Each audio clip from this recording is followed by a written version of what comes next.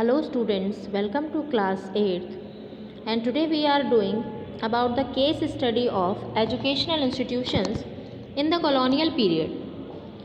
So क्या क्या educational institutions जो थे उसमें जो चेंजेस आए ब्रिटिश पीरियड में वो क्या क्या आए, लेट्स सी. तो इसमें कुछ केस स्टडीज़ दी हुई है आपके चैप्टर में लास्ट में, तो उसको हम देखते हैं.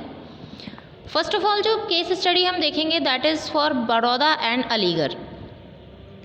बड़ौदा इन Gujarat is famous today for its high quality of education. Baroda Gujarat जो है वो अपनी हाई क्वालिटी ऑफ एजुकेशन के लिए आज के टाइम में फेमस है. For this credit has to be given Maharaja Sayaji Rao third. और इसके लिए जो क्रेडिट है वो दिया जाता है महाराजा सयाजी राव थर्ड को, जो कि बहुत ही मोस्ट फेमस रूलर थे Gaikwad branch of the Marathas. बहुत मोस्ट फेमस रूलर जो थे गायकवाड़ ब्रांच ऑफ मराठास. मराठास की गायकवाड़ ब्रांच के सबसे फेमस जो रूलर थे, सबसे फेमस जो शासक थे वो महाराजा सयाजी राव थर्ड थे. और इन्हें अपनी हाई क्वालिटी ऑफ एजुकेशन के लिए, अपने हाई क्वालिटी ऑफ रूल के लिए भी जाना जाता है. ही टुक अ keen interest in the pursuit of art, science and culture. उनकी बहुत ज़्यादा इंटरेस्ट था, उनको बहुत ज़्यादा रुचि थी आर्ट, साइंस और कल्चर में. He instituted a number of administrative as well as educational He instituted a number of administrative as well as educational reforms in his kingdom.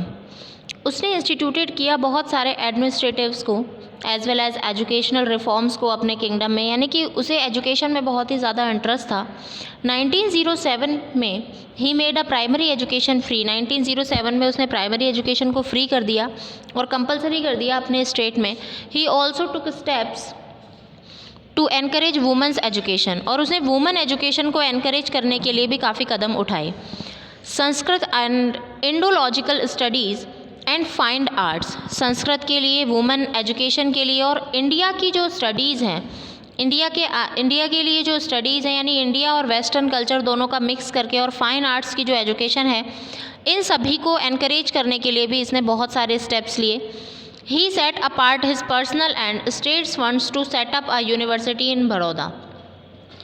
उसने एक सब सेटअप किया his personal and state funds to set up a university. Baroda में उसने एक university को setup करने के लिए फ़ंड दिए. He patronized a number of leading thinkers like B.R. Ambedkar, Shri Aurobindo and दादा भाई नौरोजी. उसने पेट्रोनाइज़ किया यानी कि संरक्षित भी किया बहुत सारे लीडिंग थिंकर्स को, जैसे B.R. अम्बेडकर, औरोबिंदो और दादा भाई नौरोजी के लिए. Maharaja Sayaji Rao visited England every year to select people for joining the services of his state. Maharaja Sayaji Rao जो थे वो विज़िट किया करते थे इंग्लैंड को हर साल, लोगों को सेलेक्ट करने के लिए कि उनकी स्टेट की जो सर्विसेज हैं उनको ज्वाइन करने के लिए, उनकी स्टेट की सर्विस यानी उनकी स्टेट्स में जॉब करने के लिए, सर्विसेज को ज्वाइन करने के लिए उसे वो इंग्लैंड से लोगों को सेलेक्ट करके लाया करते थे. He met Shri Aurobindo in one of his visits.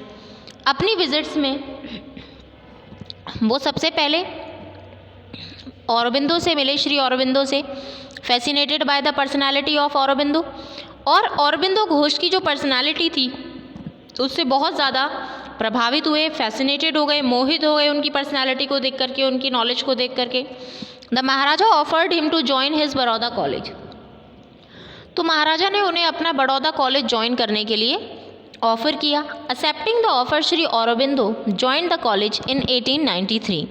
और ये ऑफ़र जब औरोबिंदो ने एक्सेप्ट कर लिया तो उन्होंने 1893 में कॉलेज को ज्वाइन कर लिया.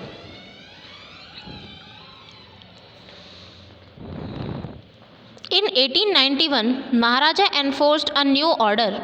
1891 में महाराजा ने एक नया ऑर्डर निकाला that each and every village must have a school master. की हर विलेज और हर विलेज में, प्रत्येक गांव में एक स्कूल मास्टर होना चाहिए. A revolution was made in the field of education in 1907. और 1907 से ही, यानी महाराजा सयाजी राव की वजह से ही एजुकेशनल रिवॉल्यूशन आया. By making education free, education को फ्री करने और उसको कंपलसरी बनाने. Boys aged at 7 to 12 and girls aged 7 to 10. तो उन्होंने एजुकेशन को फ्री किया, बॉयज़ को 7 to 12 सो इस तरीके से हमें ये मालूम चलता है कि जो सयाजी राव थे वो एजुकेशन के लिए बहुत ज़्यादा कन्फिस्टिकेटेड थे और एजुकेशन के लिए बहुत अवेयर थे। इसी वजह से उन्हें कहा जाता है कि वो बहुत ही अच्छे रूलर थे और बहुत फेमस रूलर थे। With the support of sir Pratap Singh Rao Gaikwad, the grandson of Maharaja Sayaji Rao third, sir Pratap Singh Gaikwad की ग्रैंडसन महाराजा सयाजी राव थर्ड के सपोर्ट से the Maharaja Sayaji Rao university was establish in 1949। Maharaja Sayaji Rao university जो थी वो 1949 में इस्टेब्लिश हुई। A trust called the sir Sayaji Rao diamond jubilee, एक ट्रस्ट जिसके नाम दिया गया sir Sayaji Rao diamond jubilee, और memorial trust was also establish which exist till today, इसे भी इस्टेब्लिश किया गया जो कि आज तक भी एग्जिस्ट करती है। तो यानी ये जो हमने पढ़ा इससे हमें ये पता चलता है कि जो महाराजा सयाजी राव हैं वो एजुकेशन के लिए बहुत ज़्यादा अवेयर थे और उनकी वजह से ही बड़ौदा गुजरात में एजुकेशन का जो स्टेटस है वो इतना हाई लेवल पे पहुंचा। अब हम नेक्स्ट जो केस स्टडी है वो हम बात करते हैं अलीगढ़ के बारे में। अलीगढ़ की जो यूनिवर्सिटी है वो भी काफ़ी फेमस है, तो उसके बारे में बात करते हैं। Let's see. Aligarh Muslim university grew out of the work of sir Syed Ahmed Khan, the great Muslim reformer and statesman. Aligarh Muslim university जो है वो सर सैयद अहमद खान के वर्क की वजह से आगे बढ़ी, जो कि एक बहुत ही बड़े मुस्लिम समाज सुधारक थे और काफ़ी अच्छा स्टेटस था इनका।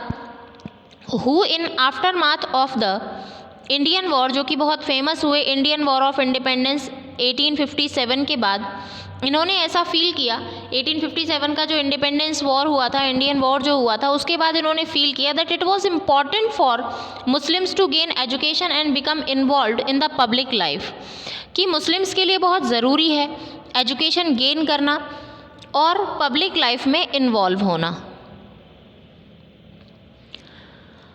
And the government services in India, और इंडिया की जो गवर्नमेंट सर्विसेज हैं उनमें भी इन्वॉल्व होना, ये भी बहुत ज़रूरी है मुस्लिम्स के लिए। तो राजा जय किशन हेल्प, तो इसमें इनकी हेल्प की सर सैयद अहमद खान की राजा जय किशन ने, जो कि यूनिवर्सिटी को इस्टेब्लिश करना चाहते थे, और सैयद अहमद खान ने जो अलीगढ़ मुस्लिम यूनिवर्सिटी थी उसको इस्टेब्लिश करने में इनकी काफ़ी हेल्प की। आप देख सकते हैं पिक्चर में, you can see Aligarh Muslim university.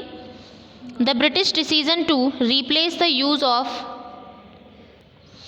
the British decision to replace the use of Persian in 1842 for government employment and as the language of courts of laws caused deep anxiety।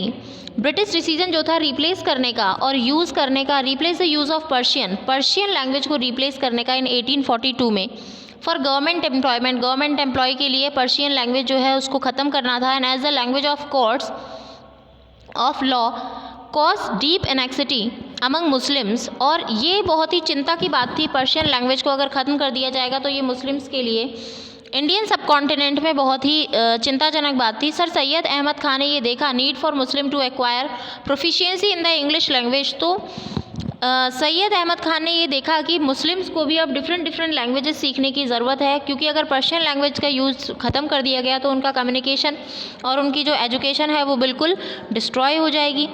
Proficiency in the English language and Western sciences if the community were to maintain in social and political clout and particularly in northern India।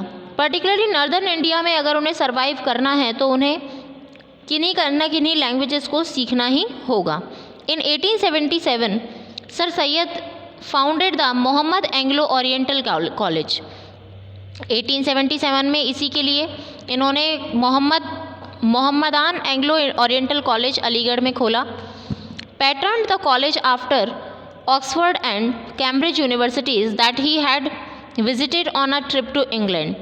और इसको pattern बना, इसका जो pattern था वो Oxford और Cambridge universities पर base था, दैट ही विजिटेड ऑन अ, जो कि उन्होंने अपनी इंग्लैंड की ट्रिप पर जब ये कैम्ब्रिज और ऑक्सफोर्ड यूनिवर्सिटी को इन्होंने देखा, उनका उसको जाकर विज़िट किया, एनालिसिस किया, तो उसी पैटर्न पर इन्होंने अलीगढ़ यूनिवर्सिटी में ये ओरिएंटल कॉलेज जो था ये बनाया।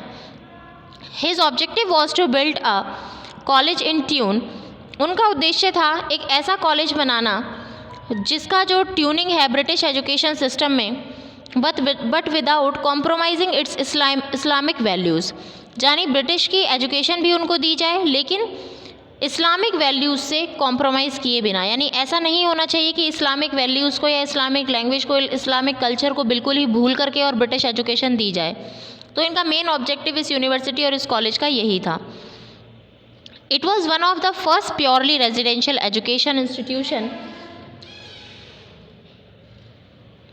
It was one of the first purely residential educational institutions set up either by the government. It was one of the first purely residential educational institution. ये first purely residential educational institution था, यानी residence की भी यहाँ पर facilities थी. Set up either by the government or the public in India, जो कि गवर्नमेंट के द्वारा या फिर इंडिया की जो पब्लिक थी उसके द्वारा सेटअप किया गया था. Over the year it gave rise to a new educated class of Indian Muslims. Over the year, और काफ़ी सालों बाद इसी ने, यानी जैसे जैसे इसका जो एजुकेशन है वो लोगों को मिलता गया, एक नई एजुकेटेड क्लास जो थी इंडियन मुस्लिम्स की वो निकल के आई, who were active in the political system of the British Raj, जो कि ब्रिटिश राज के पॉलिटिकल सिस्टम में बहुत एक्टिव थी. The college was originally affiliated, college को एफिलिएशन दिया गया था with the university of Calcutta, Calcutta की यूनिवर्सिटी से. Subsequently got affiliated with the university of Allahabad in 1885, और इलाहाबाद यूनिवर्सिटी जो थी उससे भी इसको एफिलिएशन मिला हुआ था. Near the turn of the century, और सेंचुरी के टर्न में college begin publishing its own magazine the Aligarian and established a law school, और सेंचुरी के टर्न में ही कॉलेज ने पब्लिश करना स्टार्ट किया अपनी खुद की मैगजीन एलिगेरियन, और एस्टैब्लिश अ न्यू स्कूल, और एक नया लॉ स्कूल भी इन्होंने ओपन कर दिया. So this was the chapter of education in the British rule, and in the next video we will discuss about the question, answer and exercise of this chapter. So thank you, have a nice day.